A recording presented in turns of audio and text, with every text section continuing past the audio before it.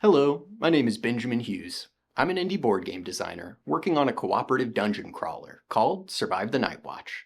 Today, I want to walk you through what it looks like to go from a rough idea on paper to a playable game that's now in the publishing stage. I'll start by giving a bit of background on myself, and then we'll spend most of our time talking about the game development process. Near the end, we'll cover what it looks like to turn a game into a business, and I'll close by sharing where the project is at right now. So, let's talk about me. I grew up in San Antonio, Texas, and I've always been drawn to fantasy adventure. This is me at 9 years old, right after a trip to the Renaissance Fair, where my friends and I each came home with some kind of fantasy weapon as a souvenir. While my hairstyle changed over the years, my fascination with fantasy worlds didn't. I spent thousands of hours immersed in games that let me explore fantastical places, battle bizarre monsters, and embark on epic quests. That crossroads between imagination and interaction is what I fell in love with, and eventually it inspired me to design a game of my own. Let's fast forward to 2021. At this point, I'm living in Austin, Texas, and I decided it was time to start playing one of my favorite games again, Dungeons and Dragons. For the uninitiated, Dungeons and Dragons is a tabletop role-playing game, or TTRPG. It's a cooperative storytelling experience where a small group of players create characters and go on a shared adventure, often spanning multiple sessions over the course of months or even years. As magical as those long-form adventures can be, I quickly realized how difficult they are to get started. For the better part of a year, I tried and failed several times to start playing again, and I found myself running into the same few barriers. First was the upfront cost.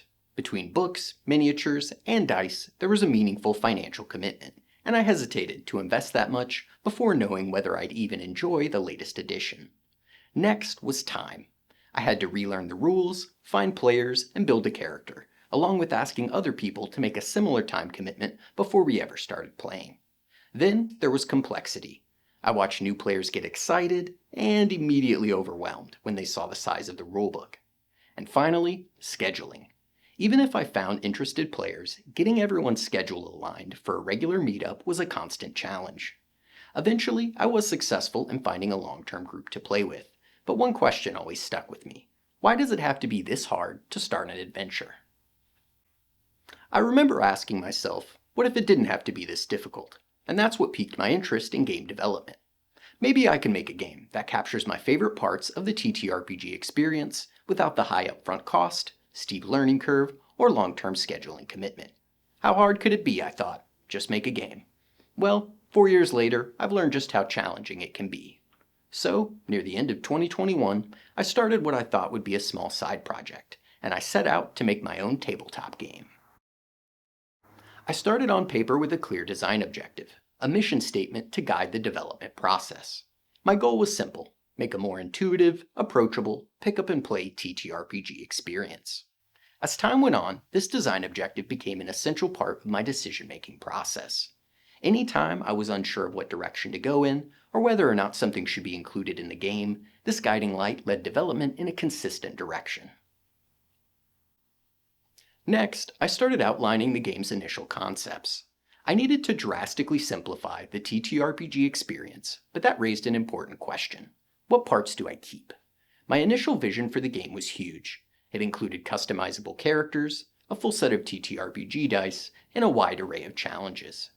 Once I had those ideas written down and a general sense for how the game would play, it was time to turn those concepts into functioning mechanics. I found the easiest way to do this was by asking questions. For example, I knew I wanted the players to use a full set of TTRPG dice. So, when would those dice be rolled? I decided to follow the common rule. Whenever a player attacks, dice are rolled to determine how much damage the attack will deal. That led to more questions. When do the players get to attack? If attacks could happen at any time, gameplay could get chaotic. So let's have players attack only during their turn. That raised another question. How do turns work? By continually asking and answering one question at a time, a basic set of rules and mechanics began to emerge. Once I had enough written down to test if those systems worked, it was time to start converting my notes into physical game pieces. At the time, I had absolutely no experience with graphic design or photo editing software, so I turned to Google to figure out what tools I should use. The more I researched, I realized two aspects became the most important to me. How much does it cost, and how much do I need to learn before I can get started? Since this was just a personal side project, I chose the most affordable and beginner-friendly options I could find. I used Google Docs for notes, GIMP for image editing, and Microsoft PowerPoint for assembling game components. After a few study sessions to learn the basics, I was ready to start creating digital assets. Next, I had to turn everything into cards, including abilities, items, monsters, obstacles, events, and environments. This process took months of trial and error, experimenting with different card layouts, and slowly learning graphic design along the way. Eventually, I had just enough playable cards to test if the core systems worked. From there, I needed to convert my digital assets into physical ones, so I bought a printer and some paper cutting tools.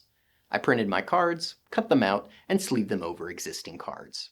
After cutting and sleeving over 400 cards, my first prototype was complete.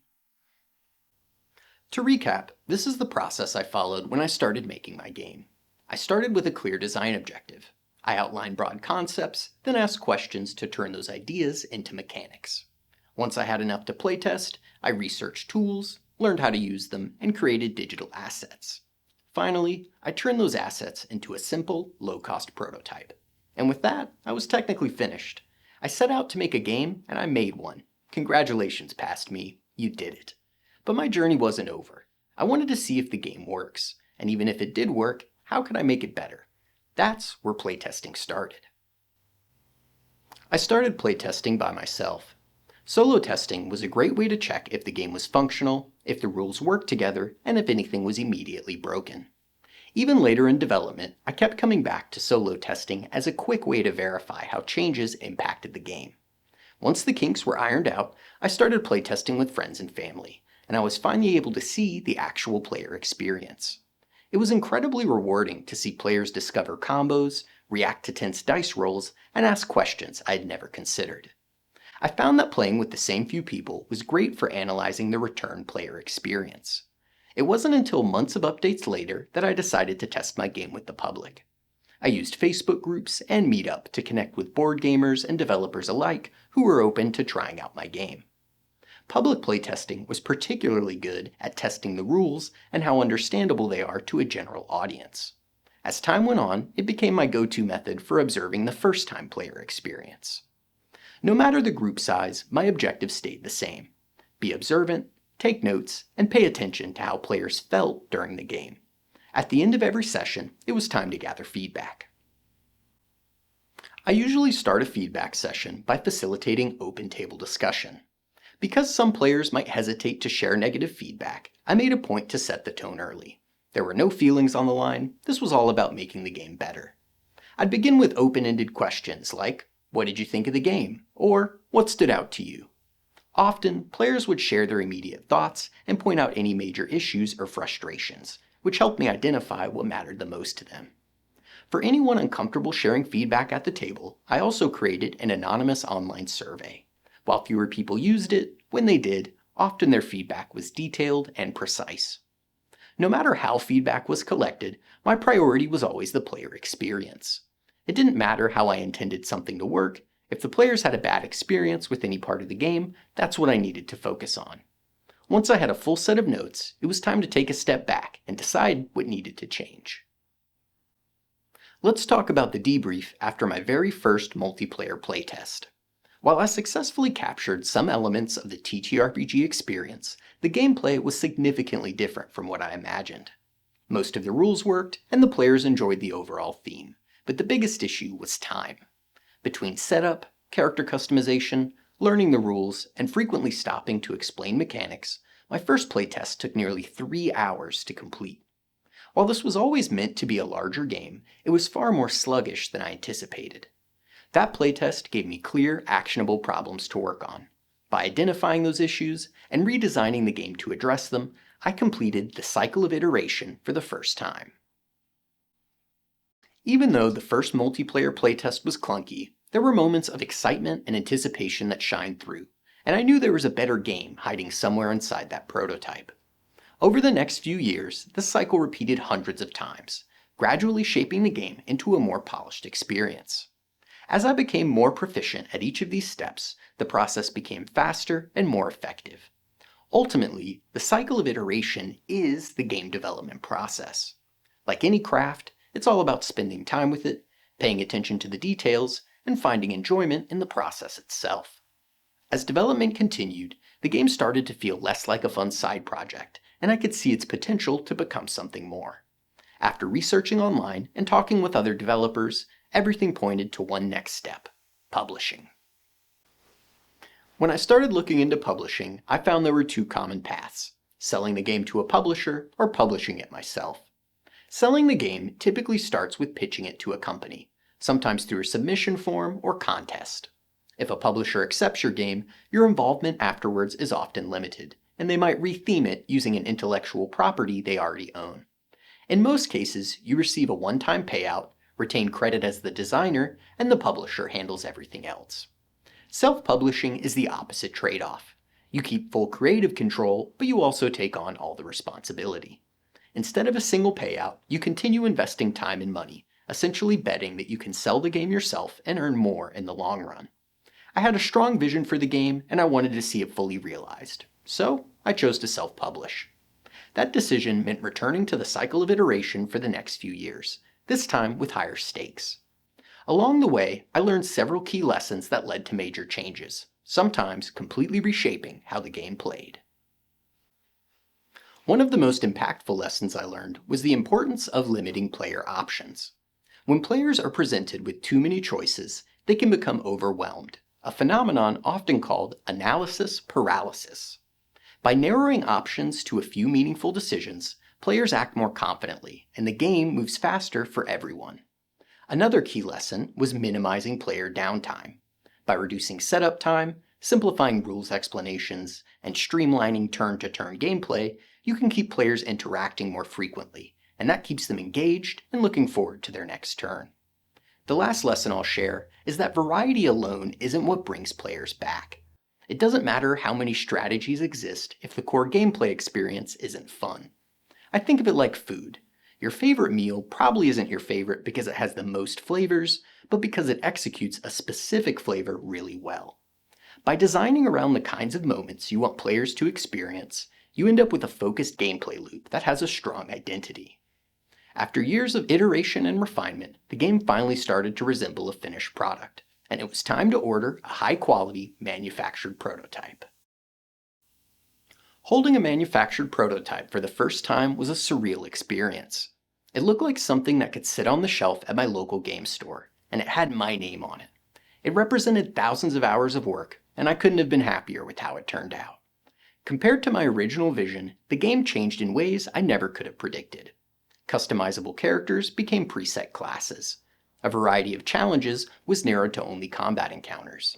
A full set of TTRPG dice was replaced with a single dice system, and the rules were reduced to the essentials. As a result of these changes, the average playtime dropped to about an hour. The game finally felt like the short, punchy, TTRPG-inspired experience I had set out to make, and that meant it was time to shift focus to the business side of publishing. Getting a manufactured prototype was the first major milestone. From there, I formed an LLC, which was relatively easy thanks to online services that guide you through the process. Next came social media. I needed a place where interested playtesters could continue to follow the project. As things became more serious, I designed a website where people could get a proper first look at the game and join a newsletter for the upcoming crowdfunding campaign. That brings us to where Survive the Night Watch is today, right here on the lower half of this milestone track. At this stage, the game needs to be optimized for manufacturing and shipping. Once the prototype is finalized, I'll move on to promotion and audience building. Because most crowdfunding campaigns only run for 60 days, building an audience ahead of launch is critical. So, what exactly is crowdfunding, and why is it necessary? For indie board game developers, it's the most common way to bring a game to life. Instead of paying up front for mass production, creators present their game to the public and ask players to back the project in advance. If the campaign is successful, that funding is used to manufacture and deliver the game. For a project like Survive the Night Watch, crowdfunding isn't just about printing boxes. A full production run requires hundreds of pieces of original artwork, professional manufacturing, freight shipping, and fulfillment, costs that can easily reach hundreds of thousands of dollars. Crowdfunding allows me to fund the game responsibly, validate that there's real demand, and deliver the game at a quality level it deserves. With that context, let's take a look at what it costs to get to this point. The first money I spent on development went towards a printer and paper cutting tools. Early prototyping was relatively inexpensive, but the first major cost spike came from ordering professionally manufactured prototypes, where a single copy cost about $250. By far, the largest category of spending was artwork and editing. Professional logos, box art, and outside help quickly became the biggest investment. Business and legal costs were relatively low. Forming an LLC in Texas costs about $300. I took a DIY approach to the website, which cost around $600 for the first year. The most recent category is promotional spending, including custom dice, dice bags, and stickers. Altogether, over 4 years of development, doing as much myself as possible, the total investment comes out to just over $6,000. So, what's next for Survive the Night Watch? The board game industry relies heavily on overseas production, and in 2025, import tariffs fluctuated anywhere from 10% to 145%. Even if a crowdfunding campaign was successful, without knowing my final production cost, I can't accurately budget for things like artwork versus manufacturing. So, rather than rush forward, I'm focusing on what I can control. Currently, I'm investing time into optimizing the prototype and producing promotional materials. Soon, I'll start creating a trailer, advertising on social media, and partnering with content creators who share my target audience. When enough interest has been built, that's when it makes sense to launch a crowdfunding campaign and see if my gamble pays off. To close, I want to share a few pieces of advice for anyone interested in making their own game. First, as you continue to integrate feedback, at a certain point the game stops being entirely your own. Playtesters will identify problems you didn't notice and offer clever solutions. Growth as a designer often means setting your ego aside and doing whatever's needed to improve, even if it wasn't your idea. Second, keep your attention on the next immediate steps. The journey is a 500-step staircase, but the 5 steps in front of you are the most important. Lastly, and most significantly, persistence is key to success. Progress is not linear. Forgive your mistakes, learn from them, and keep going. There's a better game hidden somewhere inside your first prototype, and with enough time, effort, and love, you'll find it. And with that, we've covered my game development journey from inception to where it stands today. None of this would have been possible without the love and support of friends, family, and the Austin gaming community. If you're interested in learning more or following the project, you can visit survivethenightwatch.com. Thanks for watching.